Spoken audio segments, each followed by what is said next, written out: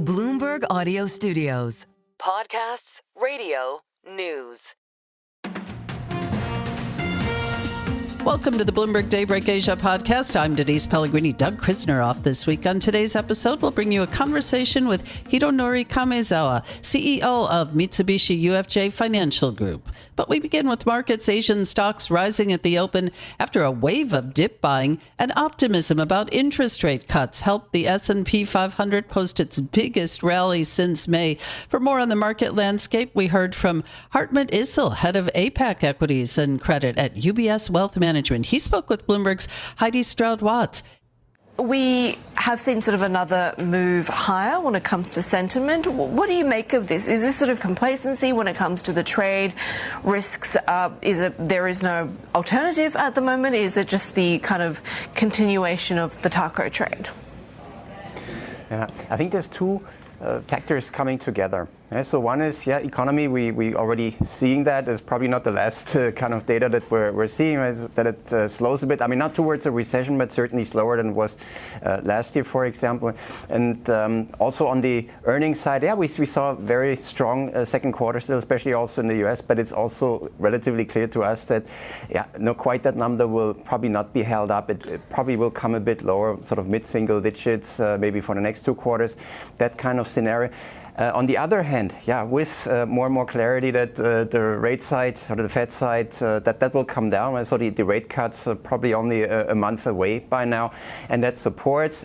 And then lastly, you have sort of a PE multiple that is, especially in the US already, there where we should be, and therefore what we're seeing is, some more upside, maybe call it a 6,500 towards the middle of next year, so let's say 12 months, but it will be a grinding one, or especially over the next couple of months, probably a little bit of a pause here is also in place, and then we can move a bit higher towards maybe middle of next year.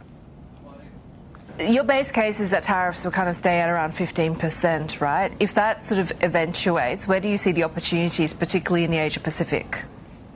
In Asia Pacific, we have a couple regional ideas. Right, so on the China tech side, we like that part. And then India, you just mentioned. It is a bit, perhaps surprising. Right? India was actually the first economy that went into negotiations or talks with the US very, very early, basically January this year, and still not fully done. Right. So on the other hand, that also means I think both sides want to come to a deal. So maybe it takes until the end of this month. Right. We know that the US delegation also will visit India. So will visit India. So there's some potential there. And otherwise, in the maybe somewhat smaller markets, also more here in the region, ASEAN, I would also highlight Singapore, which we upgraded a couple of weeks ago, so not too long ago. And that's again on the other side, right? So here we're seeing dividends in a very stable currency environment that also attracts a lot of investors. And on top of that, throughout the second half of this year, we'll also expect more in Asia in general, what is called oftentimes value up programs, right? So Korea is another one, etc. There's a couple of markets. So Singapore also trying to more from the official side here support the markets a bit. So Singapore could also be an interesting diversification angle. Do you look at China at this point, given what appears to be an ongoing, if not perhaps certain truce between the US and China? For China overall, we have a neutral, so really sort of the sector, and it's of course by now a very, very big sector that we like is indeed the tech side. Right? So here we have earnings growth that is a bit difficult to find elsewhere. And so it's the internet side for sure, but also here and there we're looking at robotics, humanoids, and it's also some new waves that are coming up that could also be interesting for some of these stocks. So probably the focus within China is a bit on that side right now. There's a host of other concerns as well, right? Not least of which is also the worries over Fed independence and some of the, institutional independence in the US. Is that something that weighs into the outlook when it comes to the idea of fading US exceptionalism? Yeah, certainly there's a lot of discussion around it, but we'll see, right? So a potential candidate for succession and on the Fed side, we're probably not going to have to wait too long to see that, but that doesn't necessarily, right? It's too early to say, oh yeah, that will certainly question the independence. We'll see actually who comes in and how that plays out. So certainly something to watch, but is that something I would place a lot of investment calls on right now? Probably not at this point.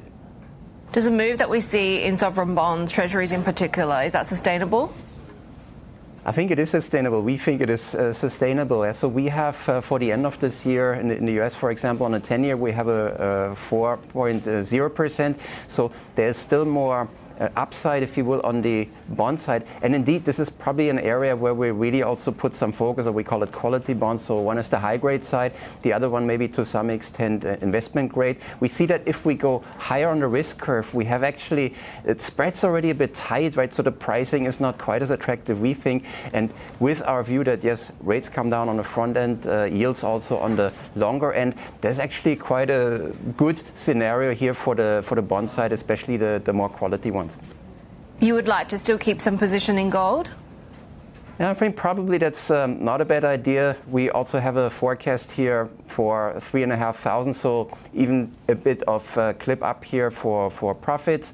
But yeah, it gives us sort of a diversification, especially with a risk angle, right? You mentioned the tariffs before, Fed independence, etc. I mean, all these discussions, they keep going, so having a bit of gold there in the portfolio is also a good idea.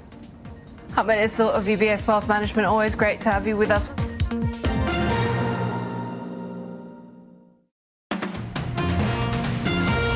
Welcome back to the Daybreak Asia podcast. I'm Denise Pellegrini. The chief executive of Japan's largest bank says the country's central bank could raise its policy rate as early as the next meeting, given the outlook for higher inflation in the country. That is according to Hironori Kamezawa. He is CEO of Mitsubishi UFJ Financial Group, and he spoke in an exclusive interview with Bloomberg's Hideki Suzuki in Tokyo. The U.S. tariff negotiations have finally concluded, and the results have been finalized. Could you please explain how this will impact Japan's economy, as well as the potential effects on MUFG's performance?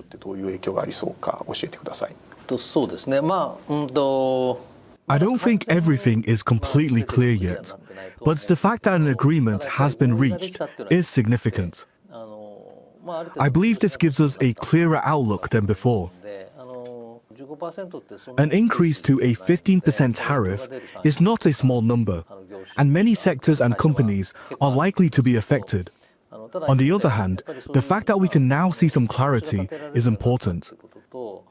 When we set our performance targets at the beginning of the fiscal year, we did so based on the assumption of an increase of tariffs to 10% plus a buffer, the level at which the global network and supply chain would not be disrupted.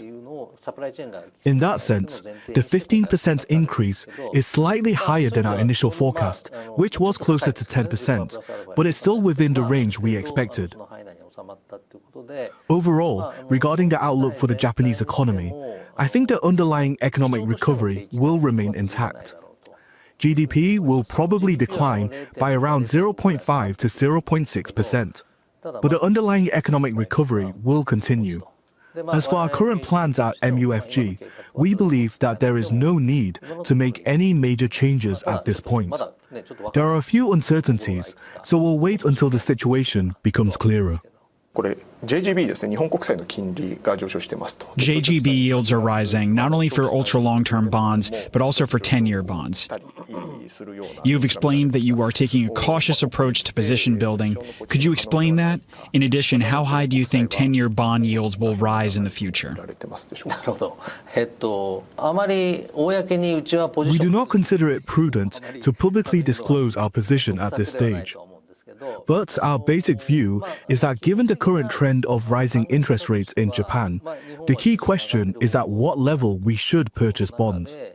At the same time, as seen in the results of the recent upper house election, rising yields are an alarm bell in the policy debate over fiscal expansion. I think the trend will continue for a while, so I don't think it's a situation where we should rush to buy right now. While it's hard to pinpoint an exact level, If we assume a terminal rate of around 1.5%, the 10-year yield at that point would be around 2%. So the range from the latter half of 1% to around 2% could be a level where we could consider buying. But as I mentioned earlier, the current trend is toward a slight rise in interest rates. So I think it is important to watch the situation closely and wait for the right timing. The Bank of Japan held its monetary policy meeting. The decision was to keep rates unchanged, but with tariff negotiations settling down, some are saying that the environment for a rate hike within the year is in place. What is your view on the possibility of a rate hike within the year? Our official company view sees March next year as a possible timing of the rate hike. But personally, I think September or October is quite possible. I think that a rate hike in September or October could be desirable. The reason is that inflation is still quite strong. The number of items subject to price increases has grown by about 5 times compared with last year. And there's also the issue of imported inflation. In that sense, I personally think that this autumn is a reasonable time for an interest rate hike. But as various statistical data will be released in the coming months, if the growth rate figures are not as strong as expected when they come out, there may be discussions to take a wait-and-see approach.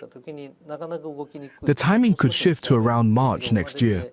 We'll see a period of careful monitoring of economic data, but I think it's entirely possible.